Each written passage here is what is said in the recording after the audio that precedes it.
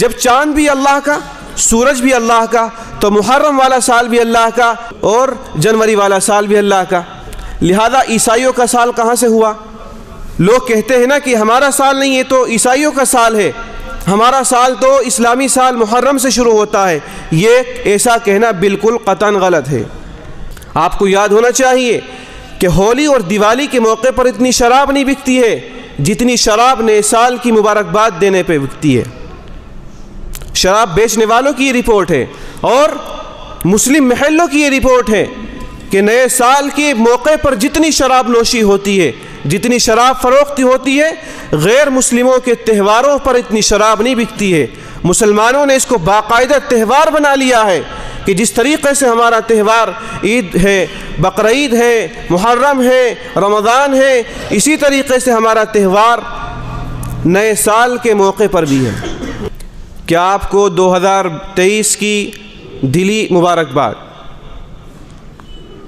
ایک مسئلہ تو یہ ہے کہ کیا شریعت میں کسی نئے سال کی مبارکبادی دینا جائز ہے یا نہیں؟ میرے پیارے بھائیوں، بزرگوں اور دوستوں،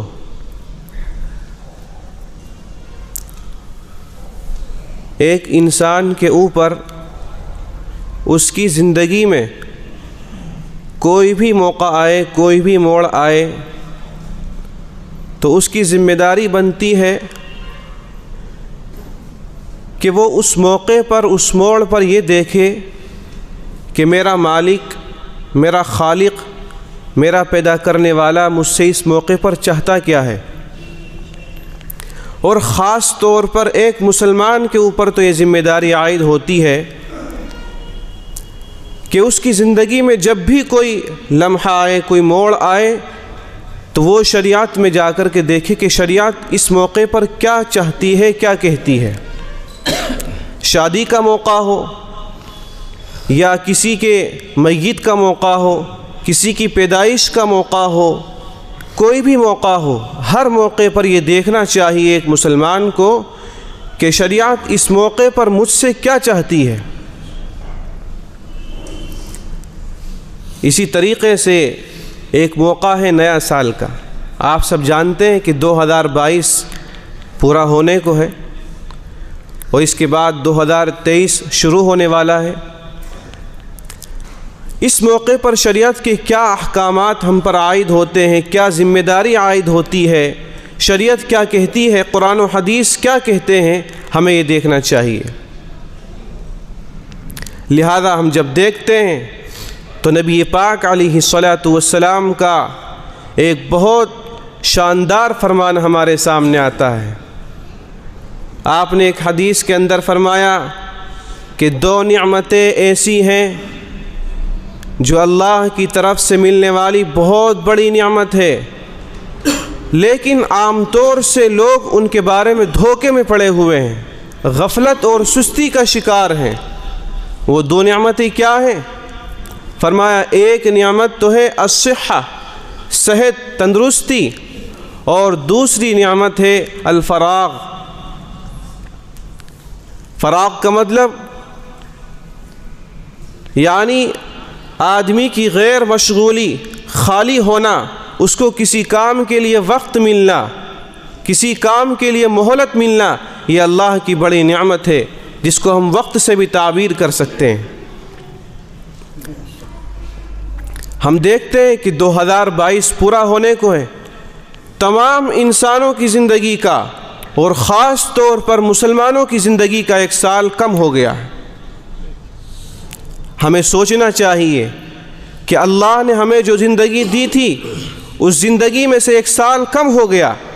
ہم نے اس 1 سال میں کیا کیا، کیا کھویا، کیا پایا، کیا حاصل کیا؟ ہمیں اپنا جائزہ لینا چاہیے، اپنے نفس کا محاسبہ کرنا چاہیے۔ ہم کتنا اپنے وقت کو ضائع کرتے ہیں اور کتنا اپنے وقت کو کام میں لگاتے ہیں، ہمیں یہ دیکھنا چاہیے۔ اور جو غلطیاں ہوئیں، جو کوتاہیاں ہوئیں، جو ایک دوسرے کے حقوق ہم نے مارے، ایک دوسرے کے حقوق چھیننے کی کوشش کی، ان سے توبہ کریں اور آنے والا جو سال ہے اس میں عہد کریں کہ انشاءاللہ یہ غلطیاں ہم اپنی زندگی میں پھر نہیں دہرائیں گے۔ ہم ان تمام کوتاہیوں کو دور کریں گے جو کوتاہیاں ہم سے اب تک ہوئی ہیں۔ ہم نے اگر قرآن پڑھنا نہیں سیکھا تو ہم 2023 کے اندر قرآن پڑھنا سیکھیں گے۔ اگر ہمارے گھر میں کوئی بچہ ہے تو ہم اس کو قرآن پڑھائیں گے، اپنے گھر کے اندر دینی ماحول پیدا کریں گے۔ آپ نے دیکھا کہ پچھلے زمانے کے اندر اب سے 20 سال 25 سال پہلے یا ہماری عمر کے حساب سے 10-15 سال پہلے ہمارے گھروں کا کیا ماحول تھا؟ گھروں میں سے صبح کو قرآن مجید کی تلاوت کی آوازیں آیا کرتی تھی، گھروں میں سے اللہ اللہ کی آواز آیا کرتی تھی۔ لوگ صبح اٹھتے ہی، عورتیں ہوں یا مرد ہوں، بڑے ہوں یا جوان ہوں، ہر کوئی فجر کی نماز سے فارغ ہونے کے بعد قرآن کریم لے کر کے بیٹھتا تھا اور اس کی تلاوت کرتا تھا۔ لیکن زمانہ جوں آگے بڑھ رہا ہے، جیسے جیسے ایک سال آگے بڑھ رہا ہے، ہمارے اندر وہ تمام کمیاں آ رہی ہیں جو اسلام کے مخالف ہیں۔ وہ ان روایات کو، ان تہذیب کو ہم چھوڑ رہے ہیں جو تہذیب اسلامی ہے، جو تہذیب ہمارے بزرگوں کی رہی ہے، جو ہمارے اکابر و اسلاف کی رہی ہے، ہم اس کو چھوڑ رہے ہیں اور غیروں کی تہذیب، غیروں کا شعار ہم اختیار کر رہے ہیں۔ میرے بھائیوں، ایک سمجھدار قوم کے لیے سب سے بنیادی چیز یہ ہے کہ وہ اپنے مستقبل کی فکر کرے۔ اور مستقبل کیا ہے؟ مستقبل یہ ہے کہ ہم 2023 کے اندر کوئی اچھا سا مکان بنا لیں گے، 2023 کے اندر اچھی بلڈنگ تیار کر لیں گے، 2023 کے اندر کوئی کاروبار سیٹ کر لیں گے، بڑی بہترین سی گاڑی خرید لیں گے۔ ہرگز نہیں میرے بھائیوں، یہ مستقبل نہیں ہے، یہ تو خواہشات ہیں۔ مستقبل تو یہ ہے کہ ہم اخلاقی اعتبار سے اپنے کو درست کریں گے، ہم معاملات کے اعتبار سے اپنے آپ کو بہتر بنائیں گے، ہم دوسری قوموں کے سامنے اپنے آپ کو بہتر سے بہتر بنانے کی کوشش کریں گے۔ ہم اپنے گھر کے اندر اپنے اکابر و اسلاف کی وہ تہذیب دوبارہ سے واپس لائیں گے جو کھو چکے ہیں۔ ہم اپنے گھروں کے اندر قرآن مجید کی تلاوت کا اہتمام دوبارہ سے زندہ کریں گے، یہ ہے مستقبل۔ ہم اپنے بچوں کو بہترین تربیت دیں گے، یہ ہے مستقبل۔ اور بہترین مستقبل کی پہچان یہ ہے کہ ہم اپنے بچوں کو بہترین تربیت دے کر کے ان کو پکا سچا مسلمان بنائیں گے۔ ان کے چہرے پر، ان کے لباس پر، ان کے کھانے پر، ان کے پینے پر، ان کے چلنے اور ان کے اٹھنے بیٹھنے پر، ان کی پوری زندگی میں سنت کو زندہ کریں گے، اکابر و اسلاف کی اس تہذیب کو زندہ کریں گے۔ یہ ہے بہترین مستقبل۔ ہمیں اپنے مستقبل کی کوئی فکر نہیں، اور ہماری خواہشات یہ ہیں کہ حکومتیں ہمارے ہاتھ میں آ جائیں، غیر قومیں ہمیں سلام کریں، ہمارے سامنے وہ جھکیں۔ ہماری خواہشات یہ ہے۔ بتاؤ، جس قوم کو اپنے مستقبل کی فکر نہیں ہے، جس قوم کے سامنے 2019 چلا گیا، 2020 چلا گیا، اس کے بعد 21-22 چلا گیا، اس کو کوئی فکر نہیں ہے، اس قوم کا خواب یہ ہے کہ مجھے کسی ملک کا وزیر اعظم بنا دیا جائے، مجھے کہیں کا ودھائک بنا دیا جائے، مجھے میرے ہاتھ میں پوری سلطنت آ جائے، پوری حکومت آ جائے۔ خواب اتنے اونچے اونچے ہیں، باتیں پردھان منتری بننے سے پہلے کی نہیں کریں گے، مکھیہ منتری بننے سے پہلے کی باتیں نہیں کریں گے، اور مستقبل کی کوئی فکر نہیں۔ میرے بھائیوں، آپ قوموں کی تاریخ اٹھا کر کے دیکھو، جتنی بھی قوموں نے ترقی کی ہے، ان کے سامنے ان کا مستقبل رہا ہے۔ انہوں نے ماضی کی غلطیوں کو سامنے رکھ کر کے اپنے مستقبل کو سنوارا ہے، اپنے حال کو درست کیا ہے اور مستقبل کو روشن کیا ہے۔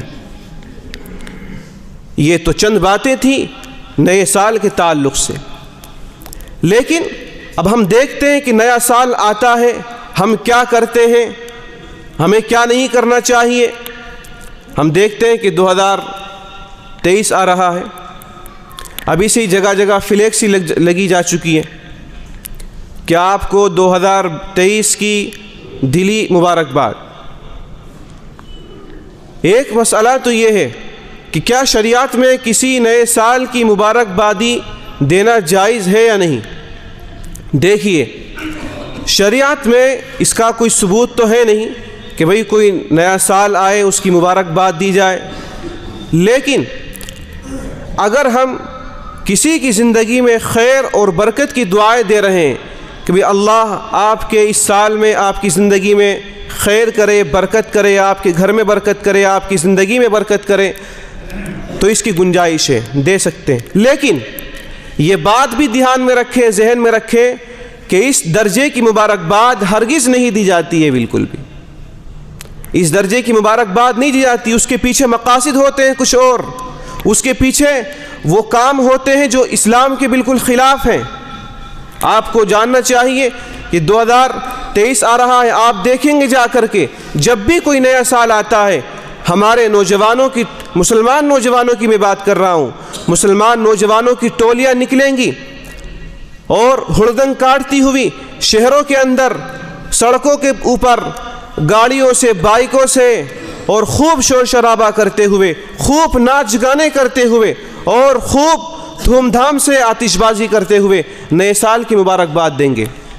اگر ان کے سامنے کہہ دیا جائے نا کہ بھئی آج بیان میں یہ بتایا گیا ہے کہ مبارکباد دینا جائز ہے، تو وہ ان تمام کاموں کو جائز سمجھیں گے جو وہ کرتے ہیں۔ میرے بھائیوں، جب اس درجے کی مبارکباد دی نہیں جاتی ہے تو پھر اس کی گنجائش بھی نہیں ہے۔ آپ کو یاد ہونا چاہیے کہ ہولی اور دیوالی کے موقع پر اتنی شراب نہیں بکتی ہے جتنی شراب نئے سال کی مبارکباد دینے پہ بکتی ہے۔ شراب بیچنے والوں کی یہ رپورٹ ہے اور مسلم محلوں کی یہ رپورٹ ہے کہ نئے سال کے موقع پر جتنی شراب نوشی ہوتی ہے، جتنی شراب فروخت ہوتی ہے، غیر مسلموں کے تہواروں پر اتنی شراب نہیں بکتی ہے۔ مسلمانوں نے اس کو باقاعدہ تہوار بنا لیا ہے کہ جس طریقے سے ہمارا تہوار عید ہے، بقرعید ہے، محرم ہے، رمضان ہے، اسی طریقے سے ہمارا تہوار نئے سال کے موقع پر بھی ہے۔ میرے بھائیوں، ہونا تو یہ چاہیے تھا کہ ہم نئے سال کے موقع پر یہ اب اس بات کی کوشش کرتے ہیں کہ بھائی دیکھو، اگر ہم نے غلط کام کیے ہیں تو ان غلط کاموں کی وجہ سے کہیں ایسا نہ ہو کہ ہم جہنم سے قریب ہو گئے ہوں اور جنت سے دور ہو گئے ہوں۔ اگر ہم نے اچھے کام کیے ہیں تو ہم جنت سے 1 سال قریب ہو گئے، اگر برے کام کیے ہیں تو جہنم سے 1 سال قریب ہو گئے۔ میرے بھائیوں، اس بات کی کوشش کرنی چاہیے۔ اللہ نے وقت دیا ہے، زندگی دی ہے، تو اس کا صحیح استعمال کیجئے، اس کا غلط استعمال نہ کیجئے۔ عام طور سے اس وقت جس قدر ناقدری وقت کی ہو رہی ہے، اللہ کی کسی نعمت کی اتنی ناقدری نہیں ہو رہی ہے۔ اور یہ بات دھیان میں رکھیں کہ جو قوم وقت کی، اللہ کی بڑی نعمت کی ناقدری کرتی ہے، اس کا مستقبل کبھی روشن نہیں ہوتا ہے۔ ہمارے اکابر و اسلاف نے جتنے بڑے بڑے کارنامے انجام دیے ہیں، وہ سب جب ہم اٹھا کر کے دیکھتے ہیں کتابوں کو، نتیجہ ملتا ہے وقت کی قدردانی کا۔ انہوں نے وقت کی بہت بڑی قدر کی ہے، بہت بڑی نعمت سمجھا ہے وقت کو، اس کو صحیح استعمال کیا ہے اپنی زندگی کے لیے۔ حضرت مولانا اشرف علی تھانوی نور اللہ مرقدہ، آپ کی 1000 سے زائد کتابیں ہیں، جن میں چھوٹی کتابیں بھی ہیں، بڑی کتابیں بھی ہیں، قرآن کی تفسیر بھی ہے، حدیث کی تفسیر بھی ہے۔ اتنا بڑا کارنامہ اگر اندازہ لگائیے تو ایک دن پر 100، 150، 200، 300 صفحات بیٹھیں گے، یعنی آپ نے روزانہ 100 صفحے، 200 پیج لکھیں۔ حیرت ہوتی ہے ان کے کارناموں کو دیکھ کر کے۔ یہ نتیجہ کس بات کا ہے؟ انہوں نے وقت کا صحیح استعمال کیا ہے۔ ہم اگر دیکھتے ہیں پرانے بادشاہوں کی زندگی کو اٹھا کر کے، سلطان ٹیپو شہید علیہ الرحمہ کی تاریخ کو اٹھا کر کے دیکھو، 17-18 سال کی عمر میں وہ سپہ سالار بن گئے، بڑے بادشاہ بن گئے۔ کیسے بنے وہ؟ انہوں نے اتنی طاقت اور اتنی صلاحیت کیسے استعمال کی؟ ہم دیکھتے ہیں انہوں نے یہ صلاحیت استعمال کی وقت کا صحیح حساب لگا کر کے، وقت کا صحیح استعمال کر کے۔ اور تاریخ بھری پڑی ہے، ہمارے علماء دیوبند کی آپ تاریخ اٹھا کر کے دیکھو، اور علماء مظاہر العلوم سہارنپور کی تاریخ کو آپ اٹھا کر کے دیکھو، اپنے صحابہ کرام رضوان اللہ تعالی علیہ مجمعین کی تاریخ کو اٹھا کر کے دیکھو، چھوٹی چھوٹی عمر میں بڑے بڑے کارنامے انجام دے دیے، چھوٹی چھوٹی عمر میں بڑے بڑے کارنامے انجام دے دیے۔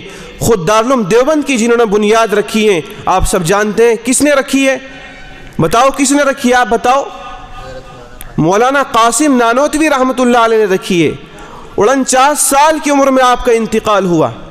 بتائیے جب 49 سال کی عمر میں آپ کا انتقال ہوا، انگریزوں سے جہاد بھی کیا، اس ملک کو آزاد کرانے کے لیے تن من دھن کی بازی بھی لگائی، خوب محنت کی، خوب زندگی لگا دی اپنی، اور دارالعلوم دیوبند کی بنیاد بھی رکھی۔ اور آج ہم انہی کے ماننے والے ہیں، انہی کی جانشین ہیں، اور انہی کی نسل میں سے ہم ہیں۔ ہم کہتے ہیں یہ ہمارے اکابر اسلاف ہے، ہمارا ان کو اپنا اکابر و اسلاف ماننا بالکل بیکار ہے، کیونکہ ہم تو اپنے وقت کا صحیح استعمال کر ہی نہیں رہے۔ ہم دیکھیے، اب آپ اپنے اندر دیکھتے ہیں، بے وقت کھانا، بے وقت سونا، بے وقت کہیں کو جانا، کوئی ٹائم ہی نہیں۔ جس قوم کا نہ کوئی کھانے کا ٹائم ہو، نہ کوئی پڑھنے کا ٹائم ہو، نہ کوئی کسی چلنے پھرنے کا، اٹھنے بیٹھنے کا ٹائم ہو، سونے کا کوئی ٹائم نہیں ہو، وہ قوم کیا ترقی کر سکتی ہے؟ وہ قوم کیا ترقی کر سکتی ہے؟ میرے بھائیو، اگر ترقی کرنی ہے تو وقت کا صحیح استعمال کرنا پڑے گا۔ آپ اپنا ٹائم ٹیبل بنائیے، معمولات بنائیے، نظام الاوقات بنائیے کہ ہمیں اس وقت کھانا ہے، اس وقت صبح کو اٹھنا ہے، اس وقت بازار میں جانا ہے، اس وقت اپنے کاروبار پہ جانا ہے، اور اس وقت نماز کے لیے آنا ہے، اس وقت رات کو سونا ہے۔ جب ہماری زندگی کے اندر کوئی ٹائم نہیں، کوئی معمول نہیں، تو ہمارے بچوں سے کیا امید ہے؟ ہم اپنے بچوں سے امید ہی رکھتے ہیں کہ بہترین ڈاکٹر بنے، بہترین وکیل بنے، یہ بہترین ٹیچر بنے، قابل بنے، اور ہمارا کوئی زندگی کوئی معمول نہیں۔ ہمارے بچوں کو تو اب ہمارے بچے تو ہمیں دیکھیں گے نا کہ ہمارے والدین کیا کر رہے ہیں، ان کا نہ کوئی سونے کا ٹائم ہے، نہ کوئی اٹھنے کا ٹائم ہے۔ میرے بھائیو، جب ہمارا زندگی میں کوئی ترتیب نہیں ہے تو ان کی زندگی میں کیا ترتیب ہوگی؟ اور جب تک ہماری زندگی میں کوئی ترتیب نہ ہوگی تو ہم ترقی بھی نہیں کر سکتے۔ اس لیے عہد کریے کہ اللہ نے ہماری زندگی کا 1 سال کم کر دیا، اللہ جو غلطی ہم سے ہوئی ہے ہم ان سے توبہ کرتے ہیں کہ اللہ ہماری غلطیوں کو معاف فرما، اور آئندہ عہد کرتے ہیں کہ جو ہماری زندگی کے اوقات مزید آنے والے ہیں ہم ان میں صحیح کام کریں گے۔ اگر کسی سے قطع تعلقی ہے، کوئی رشتہ دار ناراض ہے تو اس کو راضی کرنے کی کوشش کریں گے۔ اگر ہماری زندگی میں کوئی کمی چل رہی ہے تو ہم اس کو پورا کریں گے۔ ایک بات یہ ہے جو آخری بات رہ جاتی ہے کہ ایک تو ہوتا ہے عیسوی سال، یعنی جنوری فروری والا سال، اور ایک سال ہوتا ہے محرم صفر ربیع الاول والا سال، وہ کہلاتا ہے قمری سال، جس کو عرف عام میں عیسوی سال اور اسلامی سال بھی کہتے ہیں۔ میرے بھائیو، جنوری فروری والے سال کو عیسوی سال کہنا، عیسائیوں کا سال کہنا، اور محرم صفر والے سال کو اسلامی سال کہنا، یہ درست نہیں ہے۔ کیوں؟ اس لیے کہ اللہ تعالیٰ نے اس دنیا کا نظام بنایا، اللہ تعالیٰ نے سورج اور چاند کو پیدا کیا۔ قرآن کریم میں سورہ رحمان کے اندر بیان فرمایا الشمس والقمر بحسبان، کہ سورج بھی اور چاند بھی حساب سے چلتے ہیں۔ اب سورج کا جو حساب ہے وہ حساب جنوری فروری والا حساب ہے، یعنی سورج جو سال بھر میں گھومتا ہے تو اس کے حساب سے یہ سال پورا ہوتا ہے، اور چاند جس حساب سے چلتا ہے تو محرم صفر ربیع الاول والا سال اس کے حساب سے پورا ہوتا ہے۔ جب چاند بھی اللہ کا، سورج بھی اللہ کا، تو محرم والا سال بھی اللہ کا، اور جنوری والا سال بھی اللہ کا۔ لہذا عیسائیوں کا سال کہاں سے ہوا؟ لوگ کہتے ہیں نا کہ ہمارا سال نہیں ہے تو عیسائیوں کا سال ہے، ہمارا سال تو اسلامی سال محرم سے شروع ہوتا ہے۔ یہ ایسا کہنا بالکل قطعاً غلط ہے۔ بعض چیزیں ایسی ہوتی ہیں جو چل جاتی ہیں، اب پتہ نہیں ان کی بنیاد کیا ہے، ان کا ثبوت کیا ہے، کہیں کوئی ثبوت ان کا نہیں ملتا ہے۔ لیکن اسلامی بہت ساری چیزیں، بقرعید، عید الفطر اور عاشورہ کا روزہ، یہ تمام چیزیں، رمضان بھی اس میں ہی ہیں، یہ تمام چیزیں محرم صفر ربیع الاول والے سال کے حساب سے متعین ہیں۔ رمضان آئے گا تو چاہے وہ جنوری میں پڑے، فروری میں پڑے یا مارچ میں پڑے، اور اب کے شاید مارچ یا اپریل میں پڑنے والا ہے، تو رمضان آئے گا تو رمضان تو اسلامی سال میں ہے، یعنی قمری سال میں، لیکن کچھ چیزیں ایسی ہیں جو ہماری دنیاوی معمولات کے ہیں، وہ ہم جنوری فروری کے والے کے حساب سے کرتے ہیں، لیکن اس کا یہ سمجھنا کہ ہمارا سال نہیں ہے یہ غلط ہے بالکل۔ رمضان، عید الفطر، عید الاضحیٰ یہ جو ہے قمری سال کے حساب سے متعین ہے، یہ الگ بات ہے، یہ ہماری آسانی کے لیے ہیں، وہ ہمارے اکابر و اسلاف کا ہے، وہ شریعت کا ایک نظام ہے مستقل، لیکن اس نظام کی وجہ سے ذہن میں جو غلط فہمی پیدا ہو گئی اس کو دور کرنے کی کوشش کریں۔